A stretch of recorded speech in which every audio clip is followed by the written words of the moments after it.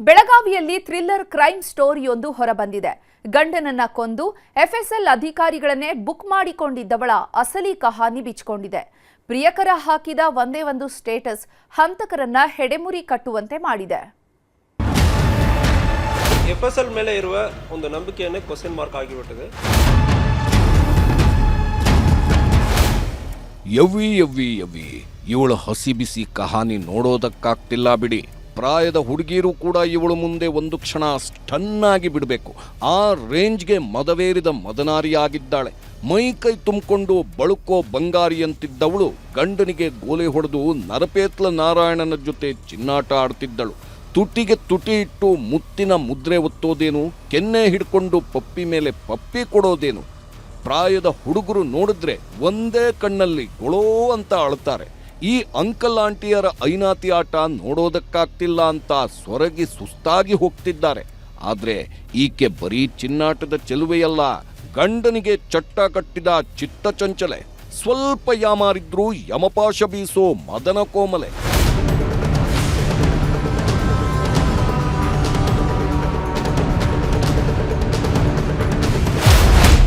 ಚಿನ್ನಾಟ ಆಡ್ತಾಳೆ, ಚಟ್ಟನೂ ಕಟ್ತಾಳೆ. ಕಣ್ಣಲ್ಲೇ ಚಮಕ್, ಎಫ್ಎಸ್ಎಲ್ ಅಧಿಕಾರಿಗಳೇ ಬುಕ್ಕಿಂಗ್.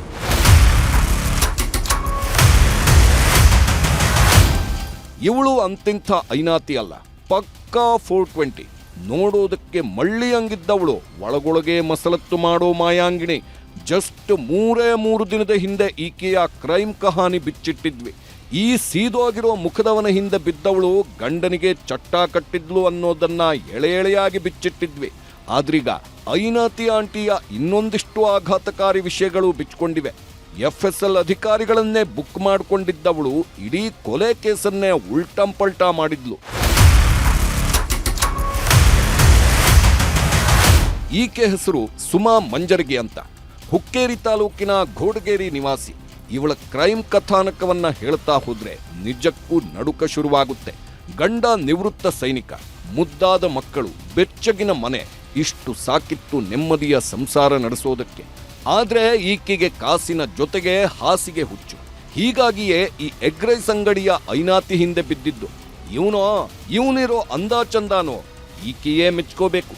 ಅದೇನ್ ನೋಡಿ ಇವನು ಹಿಂದೆ ಬಿದ್ದಿದ್ಲೋ ಭಗವಂತನೇ ಬಲ್ಲ. ಎಗ್ ರೈಸ್ ಅಂಗಡಿಯ ಪುಂಡಲೀಕನಿಗೂ ಈ ಆಂಟಿ ಗಂಡನಿಗೂ ಸ್ನೇಹ ಬೆಳೆದಿತ್ತು. ಒಳ್ಳೆ ಫ್ರೆಂಡ್ಸ್ ಆಗಿದ್ದಿದ್ರಿಂದ ಇಬ್ಬರೂ ಸೇರಿ ಹಿಡ್ಕಲ್ ಡ್ಯಾಮ್ ಬಳಿ ಹೋಟೆಲ್ ಶುರು ಮಾಡಿದ್ರು.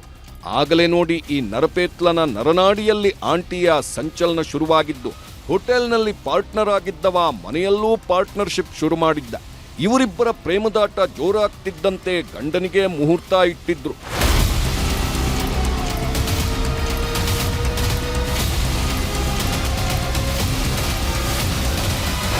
ಮಾಜಿ ಸೈನಿಕ ಸಂದೀಪ್ ಕೊಲೆ ರಹಸ್ಯ ಭೇದಿಸಿರೋ ಪೊಲೀಸರು ಹಂತಕರ ಮಹಾಜಾಲ ಹೊರಗೆಳೆದಿದ್ದಾರೆ. ತಿಂಗಳ ಹಿಂದೆ ಜಾತ್ರೆಗೆ ಹೋಗಿದ್ದಾಗ ಆಂಟಿ ಗಂಡನಿಗೆ ಆಕ್ಸಿಡೆಂಟ್ ಆಗಿ ಆಸ್ಪತ್ರೆ ಸೇರಿದ್ದ. ಆಗಲೇ ನೋಡಿ ಸಂಚು ರೂಪಿಸಿದ್ದು. ಆಗ ಮೊದಲು ಬುಕ್ ಮಾಡಿಕೊಂಡಿದ್ದೇ ಆಸ್ಪತ್ರೆ ಸಿಬ್ಬಂದಿ ರಾಹುಲ್ ಜೋಗಿಯನ್ನ. ಗಂಡನಿಗೆ ನಿದ್ದೆ ಮಾತ್ರೆ ಕೊಟ್ಟವಳು ಗ್ಲುಕೋಸ್ ಬಾಟಲ್ನಲ್ಲಿ ವಿಷ ಹಾಗೂ ಟ್ಯಾಕ್ಟಕ್ ಮಿಕ್ಸ್ ಮಾಡಿ ಇಂಜೆಕ್ಟ್ ಮಾಡ್ತಾರೆ. ಹೀಗಾಗಿ ಪಾಪದ ಸಂದೀಪ ಆಸ್ಪತ್ರೆಯಲ್ಲೇ ಸಾವನ್ನಪ್ಪಿದ್ದ. ನಂತರ ಮರಣೋತ್ತರ ಪರೀಕ್ಷೆ ನಡೆಸಿದ್ದ ಬಿಮ್ಸ್ ವೈದ್ಯರು ಮೃತದೇಹ ಹಸ್ತಾಂತರಿಸಿದ್ರು. ಅಂತ್ಯಕ್ರಿಯೆ ನಡೀತಿದ್ದಂತೆ ಆಂಟಿಗೆ ನಡುಕ ಶುರುವಾಗಿತ್ತು. ಮರಣೋತ್ತರ ಪರೀಕ್ಷೆ ವರದಿ ಹಾಗೂ ಎಫ್ಎಸ್ಎಲ್ನಲ್ಲಿ ಎಲ್ಲಿ ಸತ್ಯ ಹೊರಬರುತ್ತೋ ಅನ್ನೋ ಭಯ ಕಾಡಿತ್ತು. ಹೀಗಾಗಿ ತನ್ನ ತಾಯಿಯ ಬಳಿ ಎಲ್ಲಾ ವಿಷಯ ಹೇಳ್ಕೊಂಡಿದ್ದಾಳೆ. ಆಗ ಈಕೆಯ ಹಡೆದವ್ವ ಕೂಡ ಇವರ ಸಂಘ ಸೇರ್ಕೊಂಡಿದ್ಲು. ತನಗೆ ಪರಿಚಯವಿದ್ದ ವ್ಯಕ್ತಿಯೊಬ್ಬನ ಜೊತೆ ಸೇರ್ಕೊಂಡು ಪೊಲೀಸ್ ಆಯುಕ್ತರ ಕಚೇರಿಯಲ್ಲಿ ಕೆಲಸ ಮಾಡುತ್ತಿದ್ದ ಪೇದೆಯನ್ನ ಸಂಪರ್ಕ ಬೆಳೆಸಿಕೊಂಡು ಎಫ್ಎಸ್ಎಲ್ ಕಚೇರಿಯ ಸಿಪಾಯಿ ಅಪ್ಪಸಾಬನ್ನೋನಿಗೆ ಗಾಳ ಹಾಕ್ತಾರೆ. ಆತನಿಂದ ಲ್ಯಾಬ್ ಸಹಾಯಕ ಚೆನ್ನಯ್ಯ ಹಾಗೂ ಸೀನಿಯರ್ ಆಫೀಸರ್ ನಾಗರಾಜ್ಗೆ ಹಣದ ಆಮಿಷ ಒಡ್ಡಿ ಹೃದಯಾಘಾತದ ರಿಪೋರ್ಟ್ ರೆಡಿ ಮಾಡಿಸ್ತಾರೆ. ಅವ್ರು ಹೇಳುವುದಲ್ಲ, ಒಂದು ಸ್ಟೇಟ್ಮೆಂಟ್ ಮೇಲ್ಗಡೆ ನಾವು ಅರೆಸ್ಟ್ ಮಾಡಕ್ಕಾಗಲ್ಲ ಅಂದ್ರೆ ಹೇಳಿಬಿಟ್ಟು ಎವಿಡೆನ್ಸ್ ಬರೀ ನಾವು ಈ ಕೇಸನ್ನು ಸ್ವಲ್ಪ ನಮ್ಮ ಮಟ್ಟದಲ್ಲಿ ಹೊರಗೆ ಬರದೆ ನಾವು ಪ್ರಯತ್ನ ಮಾಡಿದ್ವಿ. ತಕ್ಷಣ ಎಲ್ಲ ಅಕ್ಯೂಸ್ಡ್ ಇದರಲ್ಲಿ ಯಾರ್ಯಾರೆಲ್ಲ ಈ ಕೊಲೆಯಲ್ಲಿ ಭಾಗಿಯಾಗಿದ್ದಾರೋ ಅವರನ್ನ ಘಟಪ್ರಭಾ ಇನ್ಸ್ಪೆಕ್ಟರ್ ಈಗ ತನಿಖೆಯನ್ನು ಮುಂದುವರಿತಾ ಇದ್ದಾರೆ. ಇದೆಲ್ಲ ಆಗಿ 3 ತಿಂಗಳೇ ಆಗೋಗಿತ್ತು. ಹೀಗಾಗಿ ಸಾವನ್ನಪ್ಪಿದ ಸಂದೀಪನ 2 ಕೋಟಿ ವಿಮೆ ಹಣ ಆಂಟಿ ಕೈ ಸೇರಿತ್ತು. ಆಗಲೇ ನೋಡಿ ಪಾಪದ ಕೊಡ ತುಂಬಿದ್ದು. 2 ಕೋಟಿ ವಿಷಯಕ್ಕೆ ಇಬ್ಬರ ಮಧ್ಯೆ ಗಲಾಟೆ ಆಗ್ತಿದ್ದಂತೆ ಪುಂಡಲಿಕ ಸ್ಟೇಟಸ್ ಒಂದನ್ನ ಹಾಕಿದ್ದ. ಸಂದೀಪ್ ಕೊಲೆಯ ಹಿಂದೆ ಬೇರೆಯದ್ದೇ ಕಥೆ ಇದೆ ಅಂತ ಸ್ಟೇಟಸ್ ಹಾಕಿದ್ದ. ಇದನ್ನ ನೋಡಿದ್ದ ಮೃತ ಸೈನಿಕ ಸಂದೀಪ್ನ ಸಹೋದರನಿಗೆ ಅನುಮಾನ ಶುರುವಾಗಿತ್ತು. ತಕ್ಷಣ ಪೊಲೀಸರಿಗೆ ದೂರು ನೀಡ್ತಿದ್ದಂತೆ ಪುಂಡಲೀಕನ ಬುಡಕ್ಕೆ ಬಿಸಿ ನೀರು ಕಾಯಿಸಿದ್ರು. ಆಗಲೇ ನೋಡಿ ಅಸಲಿ ಸತ್ಯ ಹೊರಬಿದ್ದಿದ್ದು. ಒಟ್ನಲ್ಲಿ ಗಂಡನನ್ನ ಕೊಂದು ಗಂಡನ ಕಾಸಲ್ಲೇ ಮಜಾ ಮಾಡ್ತಿದ್ದವಳು ಈಗ ಕಂಬಿ ಹಿಂದೆ ಸೇರಿದ್ದಾಳೆ. ಈಕೆ ಜೊತೆಗೆ ಇತರೆ 9 ಮಂದಿಯೂ ಕಣ್ಣೀರಿಡ್ತಿದ್ದಾರೆ. ಚಂದ್ರಕಾಂತ್ ಸುಗಂಧಿ, ನ್ಯೂಸ್ 18, ಬೆಳಗಾವಿ.